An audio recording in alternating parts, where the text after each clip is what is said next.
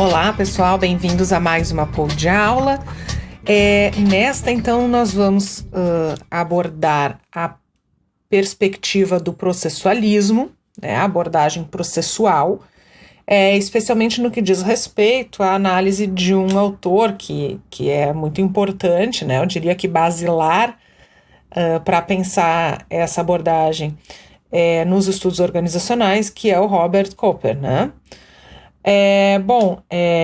Trata-se então de uma perspectiva que ela, apesar de não ser claramente dita, né, como pós-moderna, ela se fixa a várias das questões, né, dos conceitos que são tratados por muitos filósofos, né, ou autores que são considerados fundantes dessa noção, né? Como, por exemplo, Saussure, ou Derrida, ou Deleuze, né? Que são autores que pensam a partir da linguagem o mundo basicamente em relação, né? Então, são noções de sociedade que levam como premissa central uma relação de efemeridade, uma relação de alteridade entre as coisas, sejam elas humanos, não humanos, ou com a relação que esses estabelecem com a tecnologia, tá? Então, essa abordagem, né, digamos assim, ela tem alguns conceitos que são centrais, né, tratados por esses autores, como, por exemplo, o conceito de borda, que aqui neste texto que a gente está analisando, com base nas ideias de Robert Cooper, ele trata como limite ou margem, né, mas que na verdade tem um sentido muito semelhante, né, que ele diz que ali é onde vai se dar o processo de organização centralizador daquela organização, né?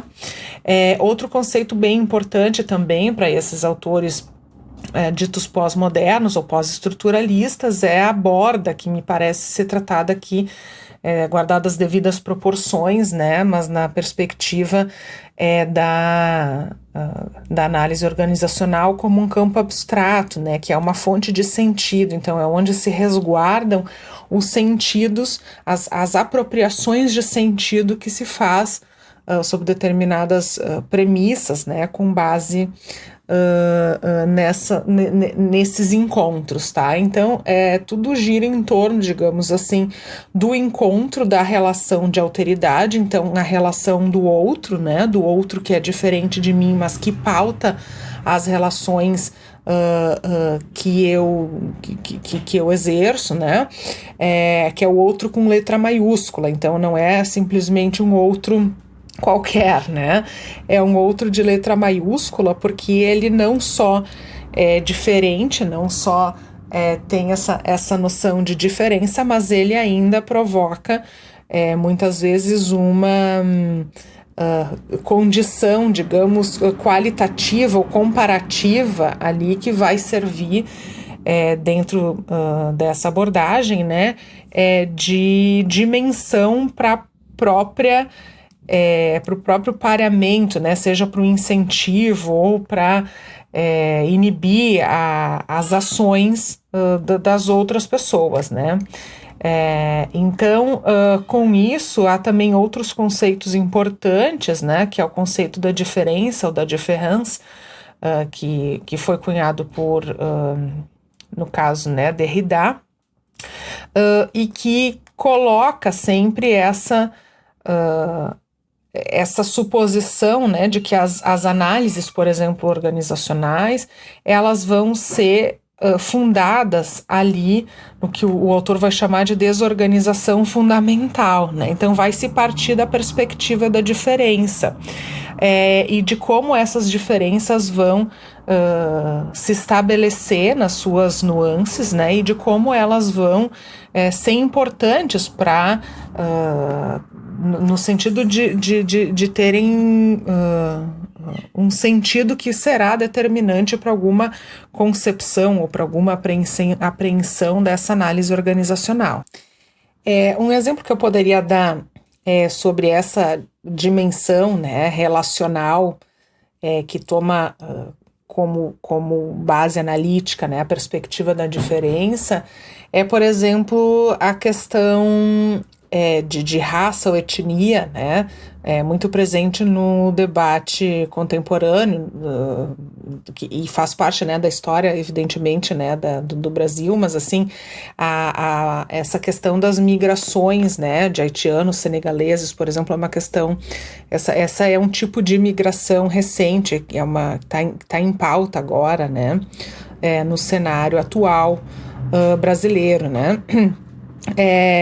Ouvindo esses imigrantes, né, eles trazem uma questão bastante curiosa, né, por exemplo, um deles lá vamos supor, engenheiro formado e ele tem mestrado também em engenharia. Quando ele vai largar o currículo numa organização, não se supõe a ele outra atividade que não a de limpeza, né, que não a de serviços de manutenção geral. Aí se coloca a questão, né, que a diferença não é uma simples diferença, né, o que o difere de qualquer outro cidadão brasileiro, engenheiro formado em engenharia por uma instituição regular de ensino com mestrado em engenharia. Bom, ali é o fato dele ser imigrante, o fato dele ser possivelmente negro. Então, tem questões de raça e etnia que servem de noção, ainda que de maneira um pouco, digamos assim, oculta, né? Mas paradoxalmente totalmente escancarada, e eu diria que infelizmente naturalizada na sociedade, que faz com que pessoas diferentes no sentido de terem diferentes raças e etnias tenham tratamentos completamente diferentes. Mas não é uma diferença só por si só, né? O que eu quero dizer com isso? É uma diferença que tem uma relação específica, ou seja, ela tem uma ordem de dominação específica, tá? Ela tem uma indicação normalmente precisa. Por quê?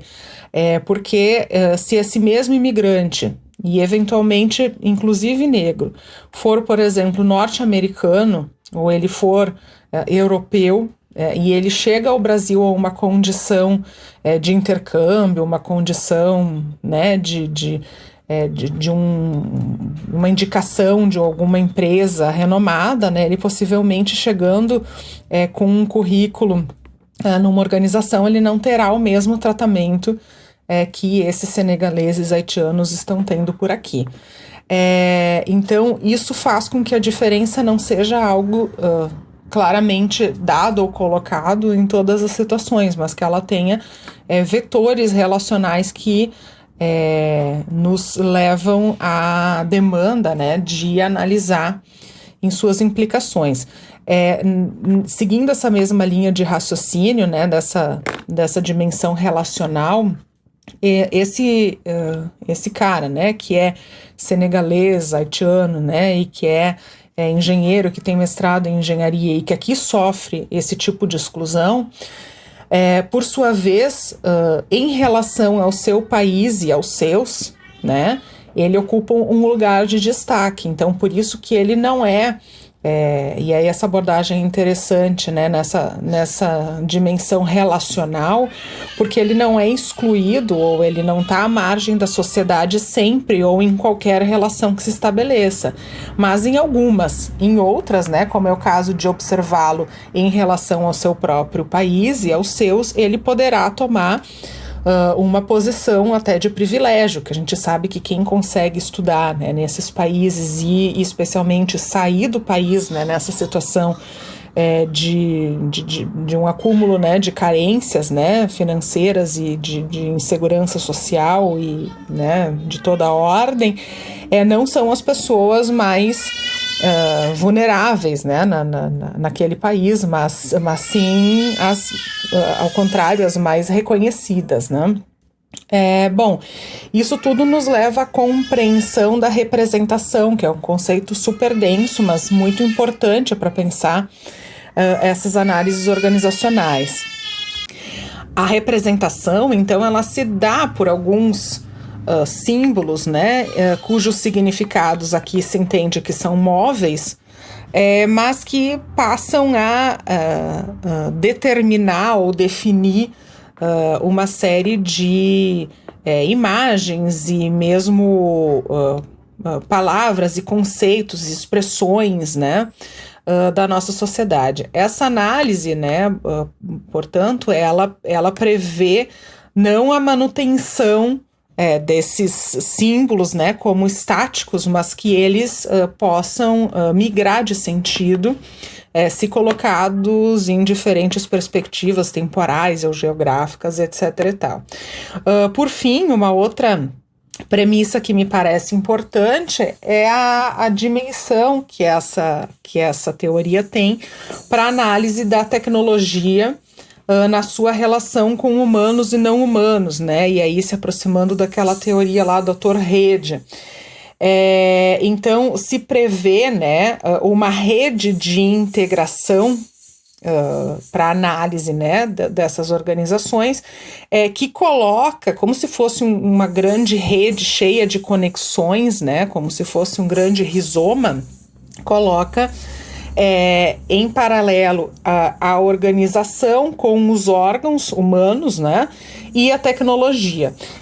Num primeiro momento, isso pode parecer uma coisa um pouco maluca, né, ou uma viagem assim, né, né, mas que carrega muitos sentidos quando se vai analisar, por exemplo, toda a relação que nós estamos tendo com aparelhos, por exemplo, celulares e computadores, ou mesmo com outros aparelhos domésticos, né? Então, essa tecnologia empregada naquilo que é não humano, né?